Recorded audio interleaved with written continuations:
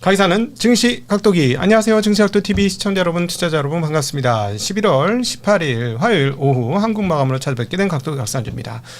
네, 오늘 시장이 지난 주말에 이어서 또다시 아주 큰 폭으로 하락을 했습니다. 그리고 한국만의 하락이 아니라 아시아권 전반적인 하락이었습니다. 특별히 한국과 일본이 많이 떨어졌고, 대만은 한국보다는 조금 덜 떨어지는 흐름 보여주었습니다. 한국 거래소는 4,000포인트가 붕괴되는 정도의 큰 폭의 약세를 보여줬는데요.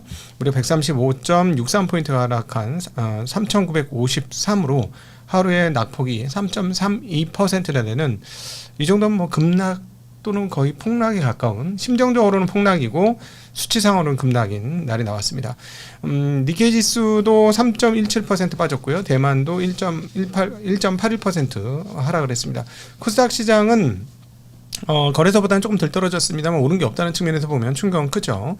전일 대비 23.97포인트, 2.66%가 하락하면서 878.70포인트로 마감을 했습니다. 오늘 이런 하락에 가장 소극적으로 영향을 미친 것은 외국인이고요. 외국인들은 항상 유동성이 급하면 한국에서 항상 돈을 찾아가는 그런 모습들을 반복하고 있는데요. 여전히 그런 흐름으로 추정해 볼 수 있겠습니다. 오늘 외국인들 거의 8천억 정도의 주식을 거래소에서 매도를 했고, 이 매도 중에 상당 부분 역시나 잘 팔리는 쪽에서 집중되어졌는데요. 금융주와 그리고 전기전자 중에서 그렇게 큰 매도를 했습니다. 금융주에 1,400억, 그리고 전기전자에 4,500억이나 되는 물량을 쏟아냈고요. 개인들이 이걸 충분히 많이 받아냈습니다만 오늘은 기관도 강력한 매도세에 동참했습니다. 전기전자에서 기관의 매도세는 5,600억이 넘었고요. 그리고 금융 를 비롯해서 전반적으로 기관들은 거의 전 영역에서 매도를 했습니다. 아무래도 ETF의 투매도 같이 작동을 했다라고 보는 게 맞을 것 같습니다. 자, 하루 종일 하락하면서 중간중간 반등 시도를 했습니다만, 반등 시도가 번번이 무산되면서 마감하는 그런 흐름들을 보여주었고, 하루 중에서 가장 많이 떨어진 부근에서 장마감했다는 것은 별로 좋지 못한 흐름이다라고 볼 수 있겠고, 현재 지금 시작되고 있는 유럽 시장도 대체적으로 한 1% 내외의 하락을 기록하고 있어서 과연 미국이 회복을 할 수 있을까 하는 문제가 중요한 날이 되겠다라고 정리할 수 있겠습니다. 이것과 관련돼서 오늘은 아닙니다만 내일 가장 중요한 이벤트라고 생각하고 있는 게 이제 젠슨왕이 실적 발표를 어떻게 할 것이냐, 그리고 한국 시간으로는 모레 정도 알려지게 될 터인데요.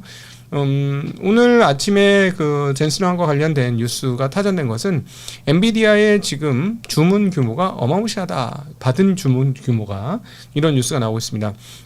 이 회사가 1년에 매출이 한 1,300억 달러 정도 수준이 되고 있는데 25년도 대략 그 정도 될 것 같습니다. 그런데 주문이 5천억 달러 이런 얘기가 나와서, 만약에 이게 맞고 이 부분에 대해서 엔비디아가 실적 발표 후에 컨퍼런스에서 우리 지금 얼마나 많이 받고 있는지 아세요? 이러면서 얘기를 한다면, 이 정도 규모라면 자체적인 혼자의 힘으로 현재 미국 시장의 악재들을 돌파할 수 있을 수도 있겠다라는 생각을 해봅니다. 자, 오늘장 한마디. 항상 가격보단 본질에 집중하자. 가격의 흐름에 휘둘리지 말고요. 오히려 아무도 안 살 때 주식을 가장 싸게 살 수 있는 거고요. 그리고 모두가 살 때는 모두가 사기 때문에, 경합 때문에 가격을 싸게 사기 어렵죠. 개인적으로 저희는 주식이 안 사져서 굉장히 좀 괴로운 나날을 보내다가 오늘 같은 날은 상당폭 편입 비중을 상당히 크게 키웠습니다. 그리고 그러니까 오늘 주식을 샀다는 얘기를 드리는 거고요. 물론 기존에 산 건 다 물렸죠. 물렸습니다만은 그동안에 충분히 비중을 못 담았던 쪽은 오늘 흔쾌하게 매입을 했는데, 매입을 하면 할수록 빠져. 샀는데 또 빠지고, 또 빠졌네. 또 되는, 또 빠져. 사주고, 설마 여기까지도 빠져? 근데 또 빠져. 5% 이상 빠지는 게 굉장히 많았던 그런 날이었습니다. 업종별로 따져보면 오늘 증권업종이 하락 1위였습니다. 그리고 전기전자, 전기장비 등이 하락했는데 그동안 많이 올랐던 쪽이에요. 예를 들어서 전기 재료장비 쪽에서는 기판업종들이 하락률 상위를 기록을 했고요. 그 다음에 반도체 장비주 그동안 아주 좋았죠.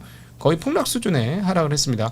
하이닉스가 하루에 하락하는 폭이 어마무시했으니까 당연히 관련 기업들도 많이 떨어졌다라고 말씀드릴 수 있겠어요. 그러니까 삼성전자가 3%대 하락을 기록을 했고, 하이닉스는 훨씬 더 많은 하락을 기록했습니다. 그러니까 많이 오른 주식일수록 더 많이 빠졌다라고 정리해서 말씀드릴 수 있을 것 같아요.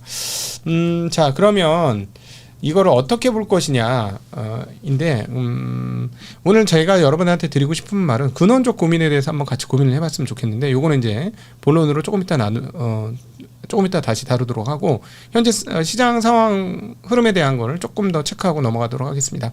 저는 오늘 시장 하락의 핵심 동력은, 그걸 동력이라고 표현해야 할지 모르겠습니다만, 유동성 하락에 대한 우려감이 작동한 것이다 라고 개인적으로 표현할 수 있을 것 같습니다. 미국 금리 인하에 대한 우려감 등이 작동이 되고 있고요. 그 다음에 미국 유동성 문제 등이 등장할 때마다 급하게 자본이 빠지는 흐름들을 보여주고 있고, 거기 한 단면, 대표적인 단면은 저는 비트코인이다, 코인 시장이다라고 보고 있습니다. 왜냐하면 코인 시장처럼 유동성의 바다 위에 떠 있는 자산이 없죠. 자산이라고 표현하는 것에 반대하시는 분도 있을 수 있겠습니다만, 일단 표현을 위해서 하겠습니다.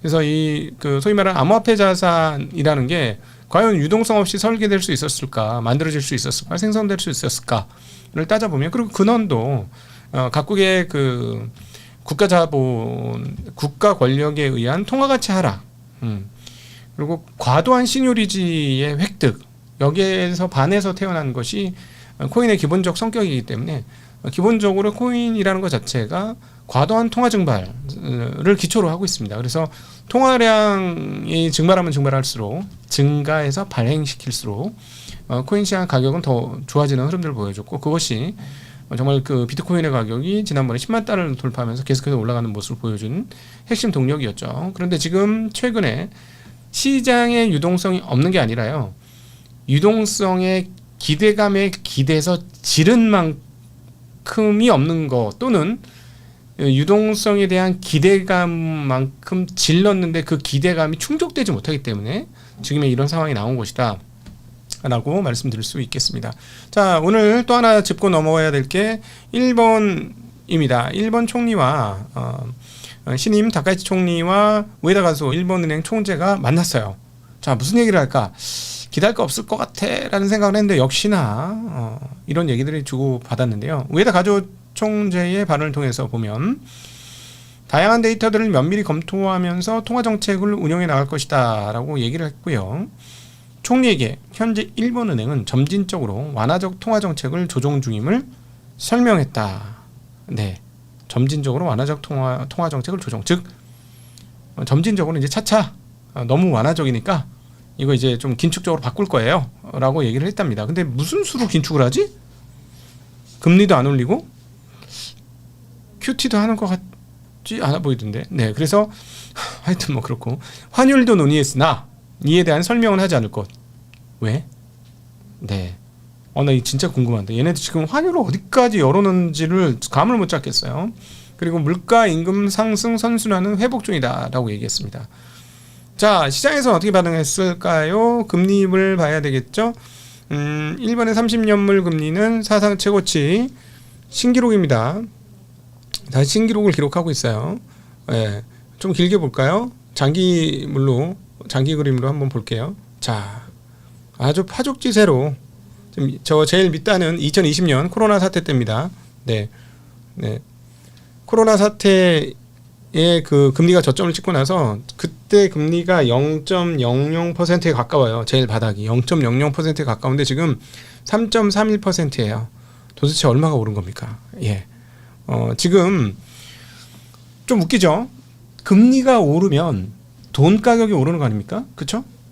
그 돈을 가지고 있는데, 그 돈을 그냥 갖고 있는 게 아니고 국채로 갖고 있는 경우를 우리가 그 돈을 갖고 있는다고 표현을 많이 하니까, 그 나라의 돈을 가지고 있을 때의 그 돈의 값은 그 국채의 금리란 말이에요.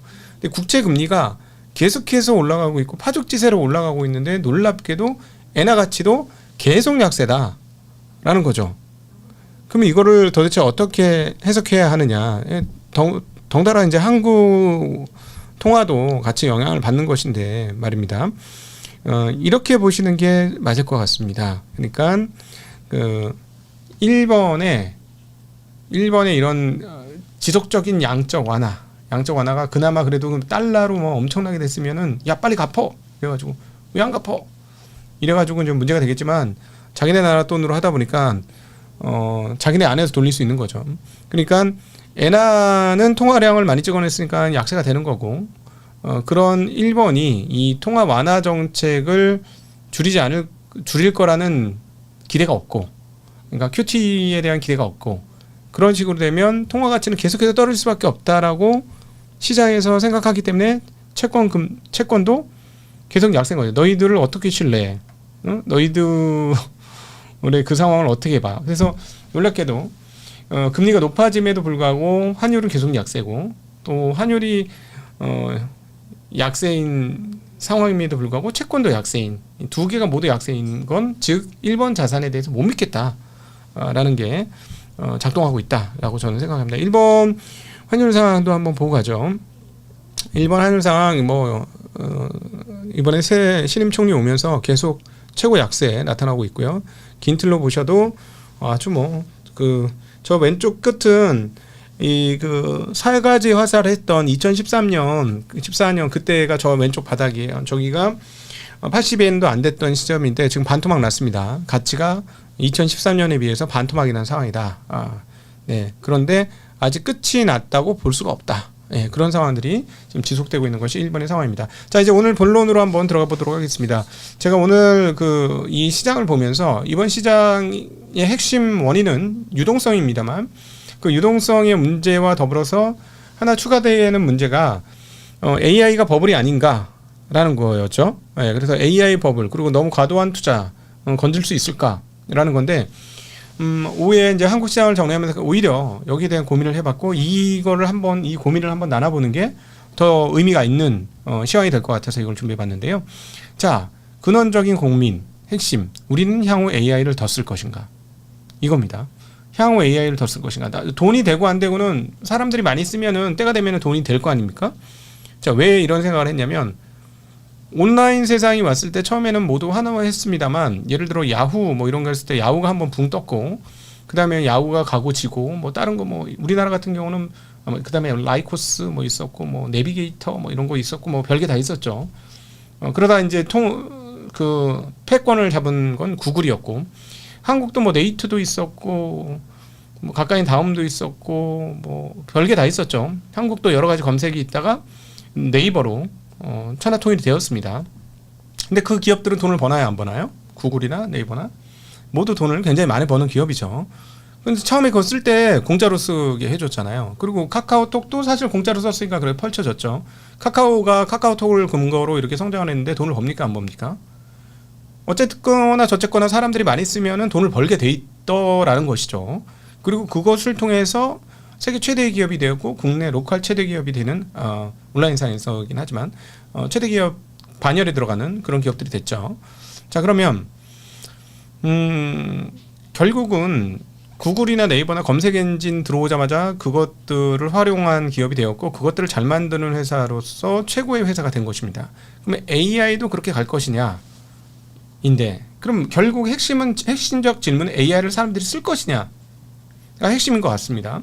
이렇게 저렇게 많이 만들어도 안 쓰면 꽝이죠. 대표적인 최근의 예가 글래스죠, 글래스. 이렇게 그 메타 글래스 쓴다는 분이 있긴 한데 주변에 못 봤으니까, 내가 못 봤으니까. 그 다음에 애플도 글라스 만들었는데 저걸로 이제 결국은 음성 인식, 그다음 동작 인식으로 컴퓨터의 새로운 세대를 만들 수 있는데 성공할 것이냐 했는데, 일단 아직까지는 아닌 거잖아요. 아닌 거예요. 거기에 갑자기 툭 하고 AI가 튀어나왔습니다. 그래서 지금 AI의 그 상황들을 한번 살펴보면서 이걸 사람들이 쓸 것인가를 고민해 보는 게 필요한 것 같아서 한번 이렇게 그 질문들을 해보고 중간 답을 한번 가지고 와봤습니다. 2005년 9월 기준으로 전 세계 챗 GPT의 주간 활성 사용자 수는 8억 명입니다. 그런데 이제 이게 그 지난 2월 기준으로는 4억 명이었습니다. 그러니까 7개월 만에 2배로 증가를 했습니다.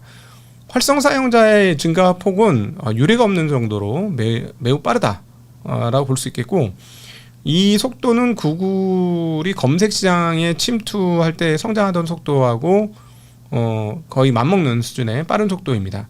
그리고 매일 12억 개의 질의가 챗 GPT를 통해서 처리되고 있는 상황이라고 합니다. 물론 이제 쓰는 사람은 계속 쓰겠죠. 한번 쓴 사람이 막 10개, 20개, 100개 막 이렇게 물어보겠죠. 안 쓰는 사람들은 안 쓰고 며칠에 한 번씩 쓰고 그렇긴 하겠죠. 자, 어쨌든 25년 현재 챗 GPT 월간 방문자 수는 57억 건이고요. 이거는 근데 그럼 어느 정도 수준이냐? 이걸로 돈 벌 수 있느냐? 그러면은 이 검색 관련해서 1등 업체인 구글과 비교를 해봐야 되겠죠? 구글은 840억 건입니다. 그러니까 840억 건에 비해서 57억 건은 뭐 15분의 1 정도 수준이니까 그 아직 구글 근처도 못 왔어요. 그런데 성장 속도는 앞서 말씀드렸듯이 지금 7개월 만에 2배가 달했고 8억 명이다. 이거는 유례없이 빠른 속도인 것은 분명히 맞다라고 보여지고요. 지난 12개월 동안 챗GPT 방문자가 117% 증가했고 전월 대비로는 한 6%씩 성장하는 속도니까 월 단위 6%면 굉장히 크게 빠른 속도다라고 볼 수 있겠습니다. 아직까지 구글 검색량은 137억 건으로 상당히 큰 대단한 수준의 검색량을 가지고 있고요. 챗GPT는 하루에 10억 건이니까 뭐 이건 차이가 많습니다. 자, 그럼 여기서 이제 고민을 하나 더 하게 되는 거는 이게 진짜 미래에 우리 사람들이 계속 쓸 거냐 하면 이 시대의 어떤 표준이 된 구글은 무엇을 하고 있을까? 라는 생각을 해봤어요. 그래서 구글은 왜 이런 생각을 해봤냐면 분명히 구글이 AI에서 가장 제프리 힌튼 교수도 먼저 모시고 있었고 해서 제일 앞서 있었던 회사인데 챗 GPT한테 선두를 뺏겼잖아요. 왜 선두를 뺏겼나요? 그때 당시 나오던 얘기는 구글의 검색과 서로 상충된다. 그러니까는 구글 검색 광고 시장을 뭐 이렇게 AI를 쓰게 되면은 뺏기게 돼서 그래서 미적미적 안 했던 것이다. 수익화되는 모양도 안 보였고 해서 그래서 그러다 이제 챗 GPT가 나오면서 이제 뒤늦게 구글이 아주 참전을 하면서 이것저것 만들다가 이제 제미나이로 방향성을 잡았죠. 그래서 이제 조만간 곧 제미나이가 2.5를 지나서 3.0이 나올 예정입니다. 그래서 궁금했던 거예요. 구글은 분명히 광고하고 상충돼서 처음에 미적미적거리다가 남들이 하니까 못 이겨서 하는 줄 알았는데 이제는 3.0을 만들고 그리고 성장 속도가 상당히 빠르죠. 활성자 수가 막 50% 증가하고 막 그러고 있거든요. 물론 챗GPT하고의 규모 차이는 엄청나기 때문에 50% 성장해도 챗GPT가 뭐 8%인가 4% 성장하는 것보다 빠르진 않아요. 수량 기준으로 사람 기준 숫자 기준으로. 그러니까 그런데 그러면 구글은 어떻게 할까라고 봤더니 구글이 분명히 원래 생각했던 검색 광고와 AI가 상충되는 걸로 봤다면 3.0은 안 만들 것 같은데 이 상황을 보니까 얘네들이 이제 상충되지 않는다고 분석이 끝난 것 같습니다. 뭐라고 얘기하냐면 구글은 AI 기반 검색 결과가 기존 검색 광고와 동일한 수준의 광고 수익을 창출한다라고 주장을 하고 있다고 하네요. 자, 그러니까 기존에 이제 검색 광고에서도 돈을 벌지만 그 AI 광고에서도 돈을 버는데 얘네들 말인즉슨 AI 검색은 사용자가 더 길고 복잡한 쿼리를 던질 수 있게 하기 때문에 그러니까 우리도 있잖아요. 옛날 같았으면 명사를 썼잖아요. 여의도 맛집, 여의도 만두집 뭐 이렇게 했잖아요. 근데 요즘에는 센텐스로 나가지 않습니까? AI로 질문할 때 뭐 이렇게 해서 이런 거 좀 해줘 이렇게. 물론 대답도 엄청 느끼하긴 하지만 어쨌든 그렇게 가니까 즉 기존 과거의 검색보다 질문이 좀 길어지니까 오히려 이게 사용자의 의도를 파악하기 위해 훨씬 더 좋다. 즉 뒤집어 보면 광고의 정밀성과 타겟팅을 더 잘 할 수 있다 라는 거죠. 그래서 광고주들한테 이 사람이 이거 하면 팔려요 라고 보다 정확하게 광고 제안을 해줄 수 있다라는 것이죠. 마치 이런 거죠. 제가 이제 저 같은 경우는 예를 들자면 그 출퇴근 시간에 음악을 들으면서 책을 읽거나 막 이러는데 음악을 듣는데 제가 이제 듣는 음악이 주로 아이돌 음악이 아니고 그 이렇게 가사 나오는 음악을 들으면 신경이 쓰이니까 가사 안 나오는 이제 그 연주 음악을 듣거든요. 그리고 이제 독주보다는 협주가 이제 신경이 더 쓰여요. 그리고 이제 소음도 제거해주고 하니까 그걸 듣고 오는 사람인데 그러다 보니까 자꾸 듣다 보면 관심이 생겼잖아. 근데 AI가 분명히 나의 그걸 분석했을 거 아니에요? 그러면 저한테는 어떤 거를 타겟팅하면 되나요? 예를 들어 연주회가 있어. 어디 뭐 필하모닉 뭐 이런 데서 연주회가 있으면 그거를 딱 던져주는 거지. 볼 때 티켓 얼마, R석 얼마, S석 얼마 딱 이렇게 딱 보내줘. 그러면 저는 한번 클릭할 것 같거든요. 그렇게 되면. 그러니까 AI가 예를 들어서 내가 궁금한 거 예를 들자면 막 뭐 시장 관련해서 뭐 이런 이렇게 해서 이렇게 막 검색을 하면 만약에 어떤 연구소가 내가 하는 거를 막 되게 많이 하고 있어. 그러면 그 연구소의 자료를 볼 수 있는 1년 사용권 이런 걸 나한테 딱 하고 쫙 보여준다면 좀 흥미가 당길 것 같거든요.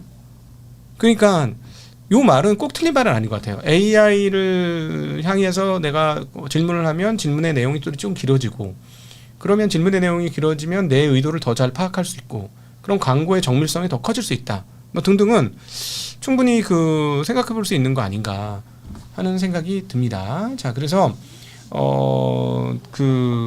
제 생각에는 이 부분이 구글의 이런 얘기를 보건데 AI 사용이 늘어날 수도 있겠구나. 그래서 만약에 계속해서 늘어난다면 생존할 수도 있겠구나 하는 생각을 해보았습니다.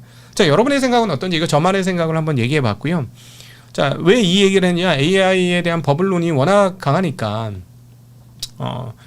그게 진짜 버블일지 아니면 진짜 미래의 모습일지 한번 우리 자체 내에서 나로부터 질문을 시작해서 한번 생각 하나를 만들어서 생각해보자. 예, 이게 정답은 아니겠지만 여러 퍼즐 중에 작은 퍼즐 하나를 내 기준으로 하나 끼워본 거니 기준 하나 만들었으니까 아니면 빼도 되고 이게 맞으면 진짜 그렇게 돌아가네? 라고 전체 그림 파악하기 더 쉬우니까 이렇게 생각의 어떤 퍼즐 하나를 던져봅니다. 여러분의 생각은 어떠신지 댓글로 주시면 저도 읽으면서 공부해 보도록 하겠습니다. 자, 오늘도 빠진 날 고생이 많았는데요. 과연 오늘 저기 엔비디아 실적이 뭐 어떻게 한번 비벼볼 것 같은데 모르겠습니다. 미국의 유동성 상황들을 어떻게 미국 투자자들이 인식하고 있는지 오늘 저녁에 한번 봐야 할 것 같습니다. 그럼에도 불구하고 우리보다 나은 점은 미국은 마켓이 신이니까요. 신의 추락을 그냥 볼 수 없는 게 미국이니 어떤 식으로든지 해결하려고 들지 않을까 싶긴 합니다. 자, 오늘도 함께 해주셔서 진심으로 감사합니다. 행복한 저녁 되십시오. 안녕.